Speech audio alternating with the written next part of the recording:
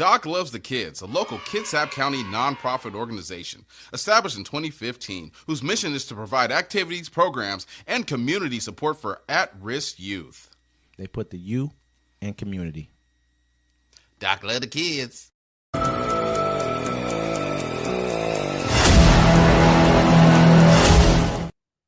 Welcome to Uncommon Courtesy. We give you the courtesy of conversation. That's uncommonly spoke of. I'm D-Mac. I'm Wesley. And this the show. Don't forget to like, listen, subscribe. Thanks to everybody who's been sticking with us while Sir Wesley is in hiding from the U.S. government. Don't forget to catch us every Sunday, 1 p.m. Pacific time. The last live we did was great, fantastic, hella interactions. I appreciate everybody that showed up, and I'm looking forward to everybody that's going to show up as soon as their team starts to lose on Sunday. Absolutely. Let's keep that going. Yeah, the one person that's not going to show up. Breaking news: New York Mayor Eric Adams charged with fraud and accepting bribes. New York City Mayor Eric Adams has been charged with 5 counts in an alleged long-standing conspiracy connected to improper benefits, illegal campaign contributions, and attempted cover-up, according to a sweeping indictment unsealed Thursday morning.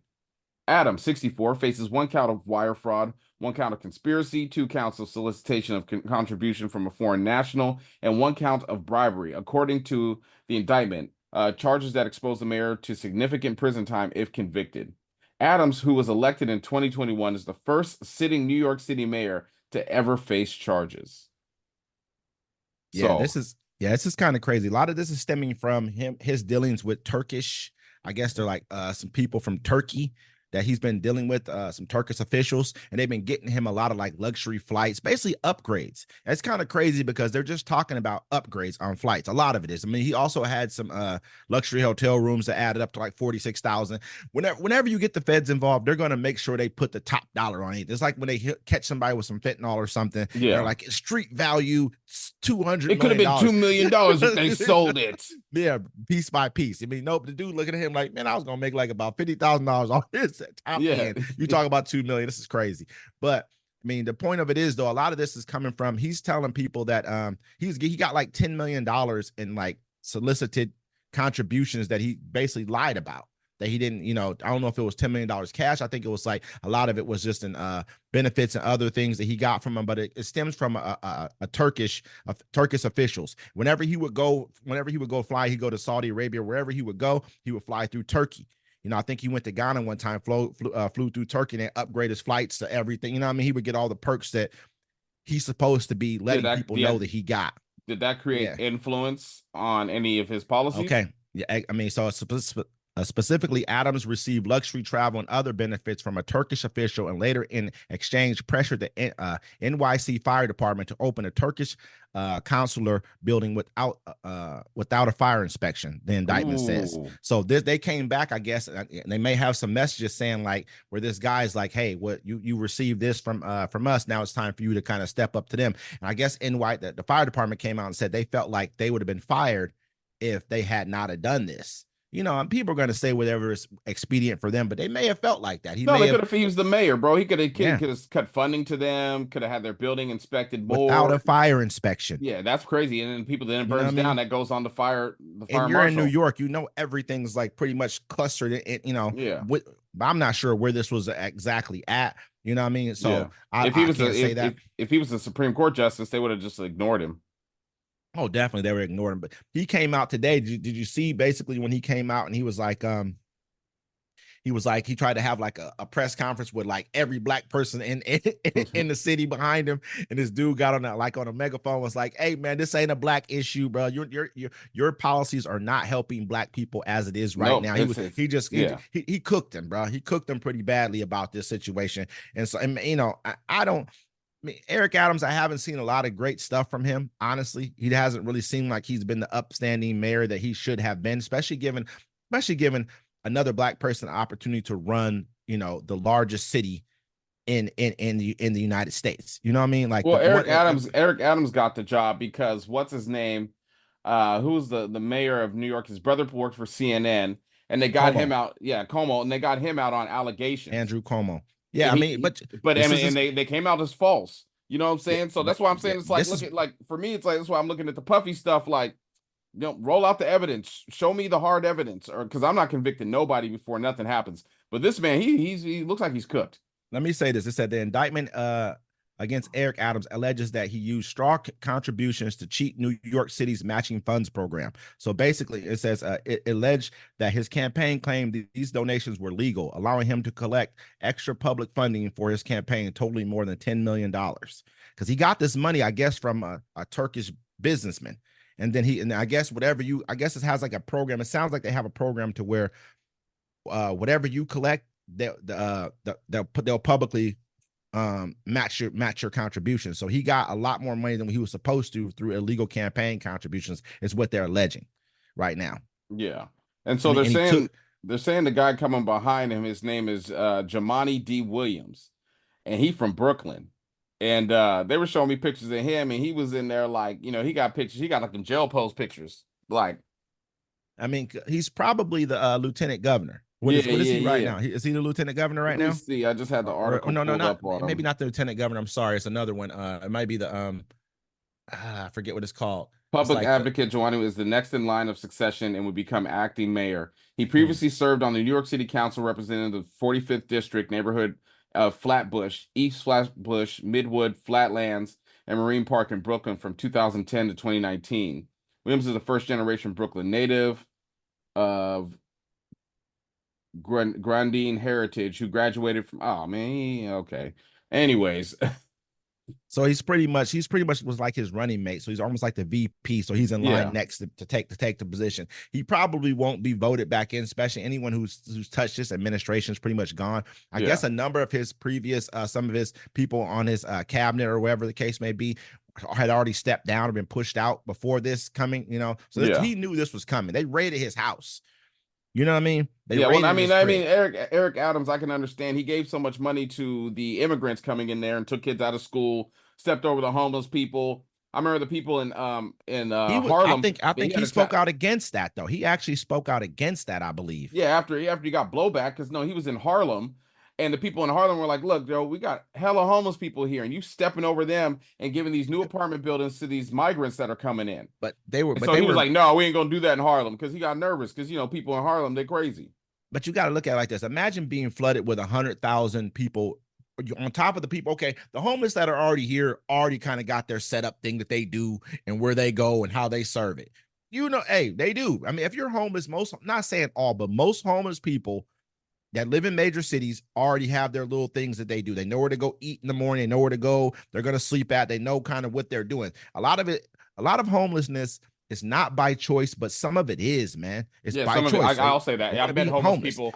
I met homeless people that were like, I was offered a residence over here across town, but I don't want to take it because they can't go in there. They can't show up drunk. They can't do drugs. They can't bring exactly. So what I'm saying is, a lot of homelessness is by choice or by things that you've done where your family don't want to deal with you no more. Exactly. But some of it is people who actually lost their homes, who have kids, who lost their job, who can't afford to, 2 times, 3 times the rent. Are a lot of people out there like that as well. We'll give it to that. But if you get 100,000 brand new people dumped into your city that don't have those same connections or don't understand anything, you better do something, because what do you think they're going to do next? Yeah.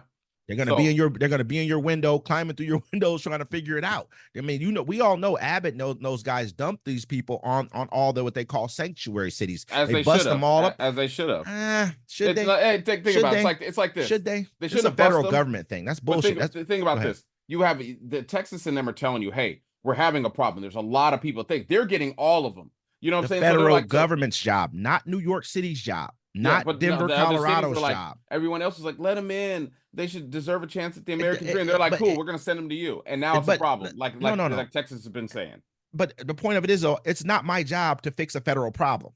The border's it's not New York's problem. It's not his job to fix it. So what you're doing, but it's your state's job to fix it. You have people in your state who probably voted against the border deal. Go talk to your senators who voted against the border deal. If you're serious, I mean, like if you're serious about. But also, it's like this. It's like you can't point your hands at somebody else and act like you could do a better job. They're like, well, okay, we'll do a better job then. And they shipped them off to these sanctuary cities, and they're like, all right, you do it, you deal with it. And now all the sanctuary, what are they saying? They're like, look, there's too many. We're getting too many people. And Texas is like, look, we were getting them all.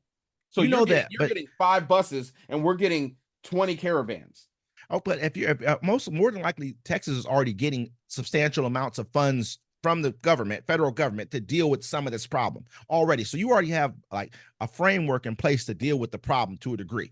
You know what I mean? Like, so you can't look at it like, if I live in New York, I don't have a framework to deal with this at all. But if I were to given time, I mean, Texas has been dealing with this since the beginning of the United States, since it's happened. So you kind of already know what to do. You can't go dump 100,000 people in New York and expect them to know what to do. Just because they say we're a sanctuary city, that's fine. Once you get to New York, that's a different situation. But you got to travel to get there. You can't just round up 100,000 people and then blame New York for your problem. I mean, did Abbott go and talk to who is that? Ted Cruz, and I don't know who the other one is over there. Who the other Ted Cruz senator is over in Mexico there at the time. But I'm saying it's like, I mean, back onto the topic, because you're correct. You know, do you think Eric Adams is going to do time, and do you think they're going to give him a perp walk? I mean, you look at it like this. I mean, they already they cooked their last mayor, got him out of there. Yeah, they just cooked Donald Trump. This black dude's on a roll. Who did he just put in there too? And they cooked Puffy. Diddy. And I was gonna say that same black dude who's up here talking about Eric Adams is talking about Diddy. They're on a roll right now. I think they're having to do more because of what they just did with Trump. They're looking at like, we got to show out, but it's like, man, you cooked Trump and then two black dudes pretty much. They got, before they got Trump, they got what's his name, homeboy that was in Marvel. You know what I'm saying? His girlfriend beat him up. They have video of him running from the girlfriend. Are you talking about Downey Jr.? Nah. He played Kang the Conqueror. Hold on, Kang the Conqueror. I don't know. Oh, you're talking about he played in Rocky too. He played in the Rocky movie as well. I can't remember his name. Yes, Jonathan Majors. Yeah. But I mean, they cooked him, and he didn't even do nothing, bro. He was just running. It's like his girlfriend was abusive, but they just hit him with something. You know what I'm saying? And like, I think Disney was behind that. He had some pretty tough text messages that he kind of almost sound like he may have, you know what I mean? Yeah, people got relationships like that. Some people like that. I remember I slept with a girl one time, and afterwards she punched me in the face. And I was like, why'd you punch me in the face? She's like, hit me back so I know you like me. And I said, girl, put your clothes back on. Hey, Trump hits back at Harris with Kamala's Project 2025.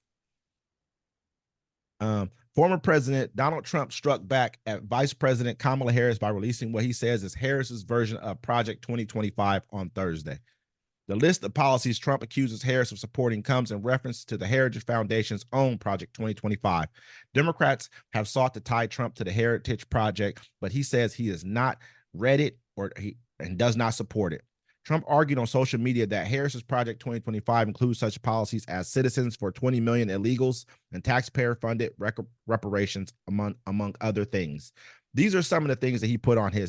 He said Kamala's Project 2025: Citizens for 20 million illegals, ban gas-powered cars, replace police with social workers, ban fracking, transgender surgeries for minors, taxpayer-funded reparations, pack the U.S. Supreme Court, government and big tech censorship, cashless bail for violent criminals, federal takeover of all elections, use tax dollars to fund abortions, enforce racist affirmative action, mandate vaccinations, and require government approval to buy a gun. These are the things that he kind of listed off. This is her Project 2025. So he's like, look, I know I got a Project 2025, but let me tell you about hers. You know what I'm saying? Like, he just made up a list. He just made up a list of shit, right? And so it's funny because like he's just admitting, he's like, yeah, I got one, but hers is worse. Hers is worse than mine. Hers is worse than mine. She wants to fund minors to become transgenders. And she wants to. She said what he put in there: taxpayer funded reparations. That is like damn near the most racist dog whistle type thing you could possibly say. Or you act like black people don't pay taxes. You're like, we don't pay taxes. You act like reparations isn't owed. It's not something we're asking for. Like, hey, maybe you should give us reparations for this. You gave the Jewish community reparations for something that happened in Europe. You gave the Japanese reparations because they were locked up and put in internment camps. You gave the natives reparations because you killed 90% of them. Now, the African Americans, the foundational ones, that was your reward for helping them win the Civil War. Bigger than that. For slavery, man. For hundreds of years of free labor. Free from slavery, right? But there was also a piece of it where they're supposed to give us a piece of a state. And that's what it equals out to. But when Lincoln got killed, the guy came behind him. He was conservative, Southern dude. He said, no, I ain't giving you nothing. It's owed. That's the whole thing. It's you owe this. It's bigger. It's big. It's bigger than that. They absolutely owe it. You know what I mean? But bigger than that, it's a part of our history, a part of the foundation of this country, of how it was started. They're trying to get rid of that history. And that's why he said racist affirmative act. Look at this verbiage, man. He's telling you who he is. I had this guy, I had a friend of mine. He's already told us who he was, bro. He's just 100,000 times. He has to go balls to the wall because he's getting ready. He's already claiming election fraud already. He's going balls to the wall because he knows if he loses, he has to burn the country down or else he's going to jail. I mean, and that Trump booty is looking kind of cute right now. Like, ooh, hey, you got money, huh? I'm like this. I mean, I think some of the things he mentioned may have merit. I'm not going to say none of them do. I mean, some of them may have merit. I look at some of the things that people who are Democrats do expound, and some of them are on that list. Yeah. But a large percentage of them, I think, a large proportion of what he's saying is really just trying to push the buck onto her. Everyone knows his 2025 is really what he's already pushing in action with, and he'll do it no matter what. Yeah. He doesn't need the votes. He's telling everybody right now, I don't care if I get Congress to vote for it or not. This is what I'm about to do. So it really don't matter. Yeah, you know what I mean? So I don't. So now all of a sudden, now he's like, hey, they got one too. Y'all here? Let me list it off. Ours is written down. You can find it online. But let me just tell you a list. Tell you what theirs are. They haven't put it up yet, but we got it right here. What's that? Yes, they're gonna let your animals get transgender surgery. Let Haitians becomes Dookie. I know you heard about the the congressman from Louisiana who said the crazy. I got the picture. I got the quote actually. That guy is crazy, bro. Yeah, I put it on our site. He said these Haitians are wild, eating pets, voodoo, nasty. Is Representative Clay Higgins. Excuse me. He says, "LOL. These Haitians are wild, eating pets, voodoo, nastiest country in the Western Hemisphere, cults, slapstick gangsters. But damned if they don't feel so sophisticated now, filing charges against our president and VP. All these thugs better get their mind right and their asses out of our country before January 20th." Listen, he wanted to say uppity. When he said they sure feel sophisticated, he wanted to say uppity to him. That's what he really wanted to come in there and put in there right there. And he took it down. But someone was like, "Yo, the internet is forever, homie." We already saw. We know exactly who you are. This is who they are, man. This is and I know people like to push and say, "Oh, you got." I had a friend of mine send me a thing saying, trying to show off all this stuff to saying Trump is not racist. I said Trump has racist views, but Trump is a opportunist. He understands who he's preaching to. Yeah. He saw who he was preaching to, and he's like, "Oh yeah, they're good with me saying all this stuff. Remember, let me go ahead and say more. Lock her up. Now it's get them all out." You know what I mean? Yeah. And like they want to kick. I mean, honestly, if you listen to what they're saying, they really want to get a large portion of people of color out of this country. This is what this is really about. Oh, they're going to get us all out. Every last one of them. Then they're going to realize, it's not as fun as it used to be. And then they're going to keep some as slaves to make them do sports and sex and and tell jokes. Like, damn, they just let me off the chain. Hey, why you're saying that right there? I gotta it says a Gettysburg student athlete carved racial slur into black teammate's chest with box cutter. Whew. It says Gettysburg College in Pennsylvania last week said they had suspended 2 members of the swimming team and launched an investigation after receiving a deeply concerning report of a racial slur being scratched onto a student. The college president said the incident is believed to have happened during an informal social gathering at an on-campus residence and was first reported by other team members. The family of the victim has since come forward to describe the incident as a hate crime against their son and alleged that the N-word had been scratched onto him by a student athlete with a box cutter. A statement published in college newspaper, the Gettysburgian, said the reprehensible act had been carried out by someone the unnamed young man had trusted. Damn. Wow. That's crazy. It said, did they hold him down? He said he had been the only person of color at the gathering, the family added, appearing to criticize the college. In another part of the statement, they said, "We have come forward now with this statement in the expectation that it will add clarity, not stir controversy, as we struggle to comprehend the nightmare that haunts our son and our family." He must have been my only, have been the only one there. You know what I mean? Like, he's on a swim team, man. Like, I'm not saying that, first of all, it was on campus. It happened. He probably has a scar. I've met black people with a box cutter, bro. Yeah, I met black folks before with swastikas carved into their foreheads. You know what I'm saying? Because they live in real. Yeah. Oh yeah, here in Washington. Oh yeah, Oh yeah. Jesus Christ, bro. Because they lived in an area of Washington where they were the only black family, got held down and carved into their forehead. And so I mean, it happens. It happens. And so this is sad. You know what I'm saying? I mean, Like it's really sad, man. every time he take off his shirt, he got to look at that. He's in college, man. You don't expect something like that to happen at that level. And he's a student athlete at that. Yes, you do. I mean, yes, you do. I mean, Yeah, no. This is what I'm saying, though. You expect it. Me personally, I would expect it to be a more safe environment for him. Like he's a part of a swim team. He's here on a scholarship, probably, or some sort. Like there should be some kind of an expectation of safety. He should have known a lot better about who he's dealing with. I mean, he's obviously hasn't been. It's like it reminds me almost of like Malia Obama and Sasha Obama. You know what I mean? Because they grew up around nothing but people who don't look like them because of the environment that they grew up in. It's a lot of kids. When you look at Will Smith's that can kids, be bad for you. That can be no. I'm not when saying, you go somewhere and you think it makes you feel safe. Same like where we live at. Like you go somewhere and you think it's okay, but these people have different views. My cousin went to college. I did not. I went to college for 2 months. Had a daughter. I was like, I can't do this. But he was like, yo, it's hella segregated at the college. Hella segregated. But that tells me that I shouldn't be going to the all white party with none of my people here. He must have not. I mean, that's what I'm saying to you. It's like when you grow up in those type of environments, you become more comfortable and lax. Because I'm not about to go. I mean, I'm a different kind of creature, though. I'm already moving differently, period. If I'm gonna go to the white dude party, they already gonna know what kind of a person I am. I mean, he must have not had that kind of, you know what I mean? They must not have been scared of him in no way, shape, or form. People don't have fear when they have numbers. But I'm like, if they are gonna understand, I'm not trying to say that this wouldn't have happened. This could have happened to anybody. I'm not saying like that, but you got to also let them know that there's gonna be repercussions, consequences behind this. He needed to already have his cousins and everybody at every swim meet. They're like, yeah, if he come down here with all his cousins and they all up in the crowd every time at a swim meet. He probably from like Oregon or something. You know what I'm saying? Like he ain't got nobody out there. Trust me, I know what you mean. He trusted the dude. He's like, oh no, it'll be cool. It'll be cool. And Johnny's going, I bet, man, guaranteed money. He's heard things that made him, feel uncomfortable, but he didn't react to it. And that's a problem right there. Yeah, that's it right there. And then it's like, you hear something, you're like, it's time to leave. But he probably stuck around, tried to defend himself. Tried to hang out. They don't mean it, but they don't hold him down. Like that.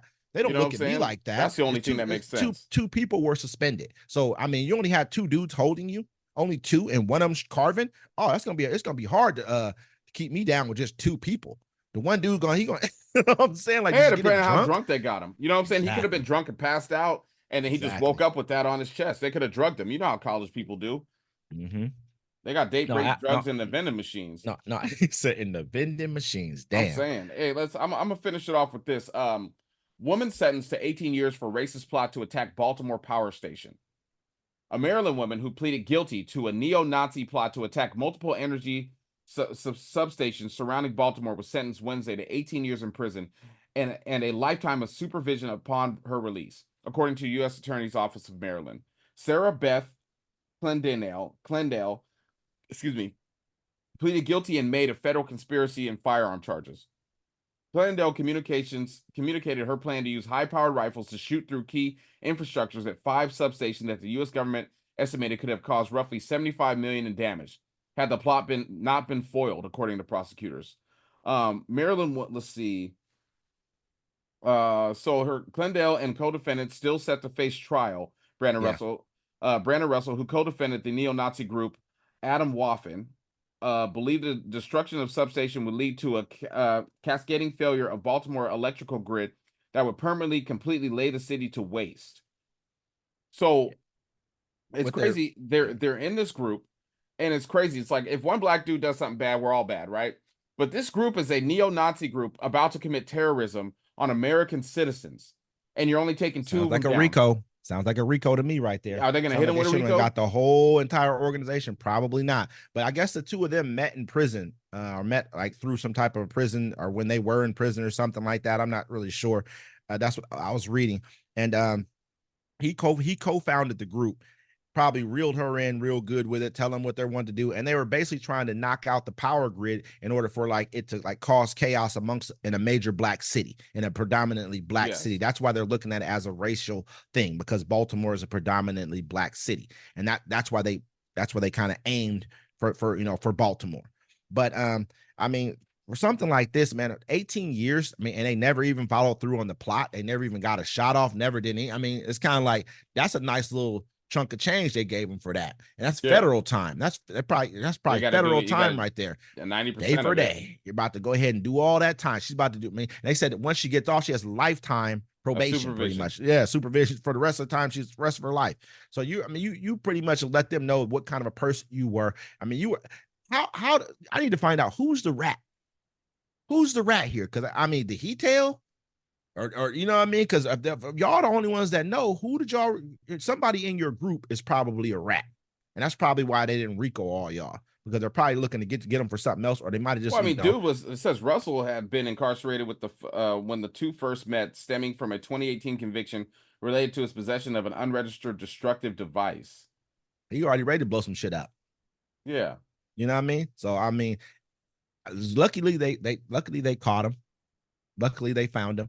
You know what I mean, and we're able to get him out the way. But I feel like our federal agencies are pretty well in tune in kind of our domestic terrorists out here. That's what they did. The pair crafted their plot to shoot up the 5 substations while both were on probation, according to charging documents. When Russell began communicating with a confidential FBI source in 2022 about his hopes of attacking critical infrastructure sites. So it's Russell's fault. Goddamn Russell. She should be mad at his ass. She's got an 18 piece because he's stupid. He want to just talk to anybody. I mean, more than likely, I mean, you look at it like the head of the Proud Boys, they said he was an FBI informant. Yeah, he was with him. You know what I mean? That's crazy. But hey, man, we're going to keep everybody updated. We're going to keep it going. We're going to see you guys next time. Remember to catch us at 1 p.m. Pacific time on our live stream. Join us for the discussion. Bring up your own questions. Sundays. Yes. Did I say Monday? No, you didn't say Monday. My bad. Yeah, Sundays. I got a lot of stuff going on these days. You know what I'm saying? So, once again, ladies and gentlemen, it's Uncommon Courtesy. We're going to see you next time.